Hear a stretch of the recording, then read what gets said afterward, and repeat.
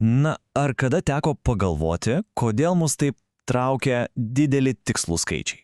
Žinot, atrodo, kad kuo skaičius didesnis ir kuo daugiau skaičių po kablelio, tuo viskas patikimiau. Bet ar tikrai? Tad šiandien ir pasigilinsim, kodėl kartais didžiausi skaičiai slepia didžiausias klaidas ir kaip atpažinti tuos tyrimus, kurie yra ne tik dideli, bet ir protingi. Tik įsivaizduokim, kokią ors naujienų antraštę. 85,5% vartotojų patenkinti naujų produktų. Kokia pirma mintis? Wow, čia tai sėkmė. Toks tikslumas, tiesa, iškart sukūrė, tokį pasitikėjimo autoriteto jausmą. Atrodo, kad kažkas atliko tikrai rimtą, pagristą darbą. Bet ar kada susimastėt, kad kartais tie įspūdingi skaičiai stovi ant, labai jau trapių pamatų ir kad viena paprasta, iš pirmo žvilgsnio gal net nematoma klaida, gali viską tiesiog sugriauti, paverčiant gražų grafiką tiesiog bevertę iliustraciją. Gerai, panagrinėkime tai iš arčiau. Pirmoji ir ko gero pati dažniausia klaida yra koncepcinė. Jie įvyksta tada, kai klausiama to, į ką žmonės, tiesiog negali tiksliai atsakyti. Taip dažniausiai nutinka, kai klausimai būna per daug abstraktus arba kai verslo problema tiesmukai paverčiama anketos klausimu. Štai, pavyzdžiui, paimkim žodį laimę. Pabandykim pagalvoti patys. Jei dabar kas nors paklaustų, ar esate laimingi, ką atsakytumėte? Ir ar atsakymus būtų lygiai toks pat po valandos, arba rytoj?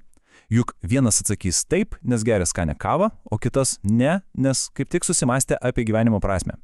Taip, skaičių mes gausim, bet jis nieko realiai nepasakys. Laimiai yra sprendimas. Ir tas sprendimas vadinasi operacionalizacija. Žodžiu, užuot klausus apie visą dėmesį, klausime apie atskirus lietaus lašus, iš kurių jūs susideda. Tiesiog sudėtinga idėja išskaidomi į mažesnius, konkrečius ir svarbiausia išmatuojamus gabalėlius. Štai kaip tai atrodo praktiškai. Užuot klausus apie tą bendrą laimę, klausime apie labai konkrečius jos aspektus. Ar žmogus patenkintas gyvenimu apskritai, savo kasdienė rutina, savimi? Šie atsakymai tampa tarsi dėlionės dalimis ir tik surinkę jas visas galime pamatyti bendrą vaizdą, suprasti, ką ta laimė iš tikrųjų ir reiškia tam žmogui. Taigi, esminė taisyklė čia būtų gerbti respondentą. Nereikia versti spėlioti apie tai, apie ką žmogus niekada gyvenime negalvoja. Geriau padėti atsakyti, užduodant konkrečius ir apgalvotus klausimus apie jo tikrą, realią patirtį. Gerai, pereikime prie antrosios kritinės klaidos, kuri yra ne ką mažiau svarbi. Tai yra tas, aklas didelių skaičių vaikimasis, kai visiškai ignoruojama, kas tie žmonės, kuriuos apklausim. Ir čia, patikėkit, slypi vienas didžiausių apskritai nesusipratimų kiekybiniuose tyrimuose. Šita mintis puikiai viską apibendrina. Svarbu ne kiek žmonių apklausoma, o ką apklausoma. O geriausias pavyzdys, kuris tai iliustruoja, ateina iš praeities. Iš vienų garsiausių JAV prezidento rinkimų istorijoje. Įsivaizduokite, 1936 didžiosios depresijos įkarštis. Turime dvi stovyklas. Vienoje milžiniškas populiarus žurnalas The Literary Digest apklausęs, įsiklausykit, net 2,5 milijono savo skaitytojų. Kitoje jaunas ir drąsus sociologas Džordžas Galupas su vos 5,000 žmonių imtimi. Žurnalas prognozavo triuškinančią Landono pergalę. Galupas Roosevelto. Ir ką jūs manot? Laimėjo Rooseveltas. Kodėl? Nes žurnalas apklausė tik tuos, kurie turėjo telefonus ir automobilius, o tuo metu tai buvo pasiturintojų sluoksnis, linkęs balsuoti už respublikonus. Ta milžiniška imtis buvo, tiesiog beviltiškai šališka. O dabar pati įspūdingiausia dalis. Tai nebuvo tiesiog sėkmė. Tai buvo mokslo triumfas. Galupas buvo toks tikras savo metodologija, kad ne tik nuspėjo rinkimų nugalėtoją, bet įsivaizduojat, jis viešai prognozavo, kaip stipriai suklys jo konkurentai. Ir jis pataikė, beveik procento tikslumu. Tai tik parodo, kokia galinga gali būti teisinga metodologija. Ši istorija tikrai įspūdinga ir puikiai parodo, kad metodologija yra kur kas svarbesnė už skaičių. Bet lieka klausimas, kaip tai iš viso įmanoma? Kaip tai veikia? Kaip keli tūkstančiai žmonių gali atspindėti milijonų nuomonę? Atrodo, tiesiog nelogiška tiesa, bet atsakymas slypi dviejose gana paprastose statistikos principuose. Tai normalus išskirstinis ir atsitiktinė atranka. Pradėkime nuo paprasto dalyko – žmonių ūgio.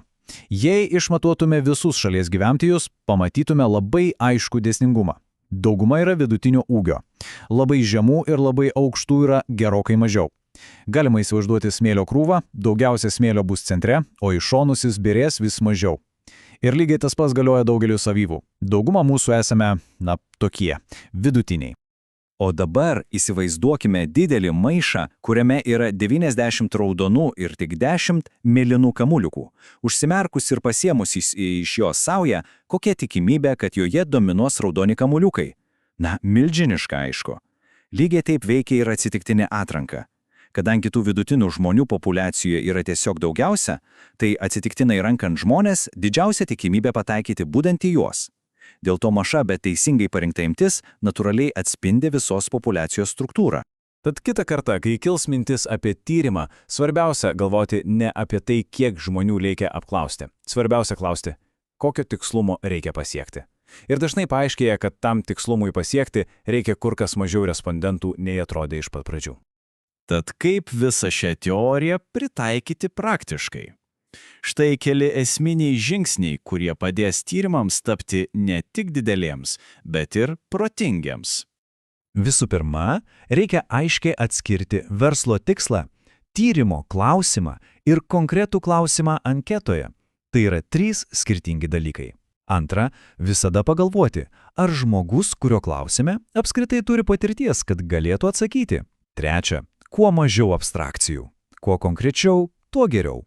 4 punktas – gyvybiškai svarbus. Visada palikti variantą «nežinau» arba «man netaikoma». Tai duoda laisvę ir užtikrina sąžiningesnius atsakymus. 5. Užtikrinti, kad imtis atitinka tyrimo tikslus. Klausėme tų, kurių reikia klausti. Ir pagaliau 6. Imties dydis turi būti pagrįstas reikiamų tikslumų. Nenoriu pasipuikuoti dideliais skaičiais.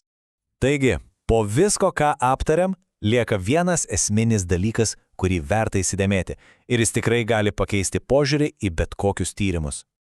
Tad kitą kartą, kai pamatysit kokį nors įspūdingą skaičius, stabtelkit akimirkai ir paklauskit savęs, ar šis tyrimas yra tiesiog didelis, ar jis protingas, nes galiausiai sėkmę lemia ne duomenų kiekis, o jų kokybė ir gebėjimas juos teisingai interpretuoti.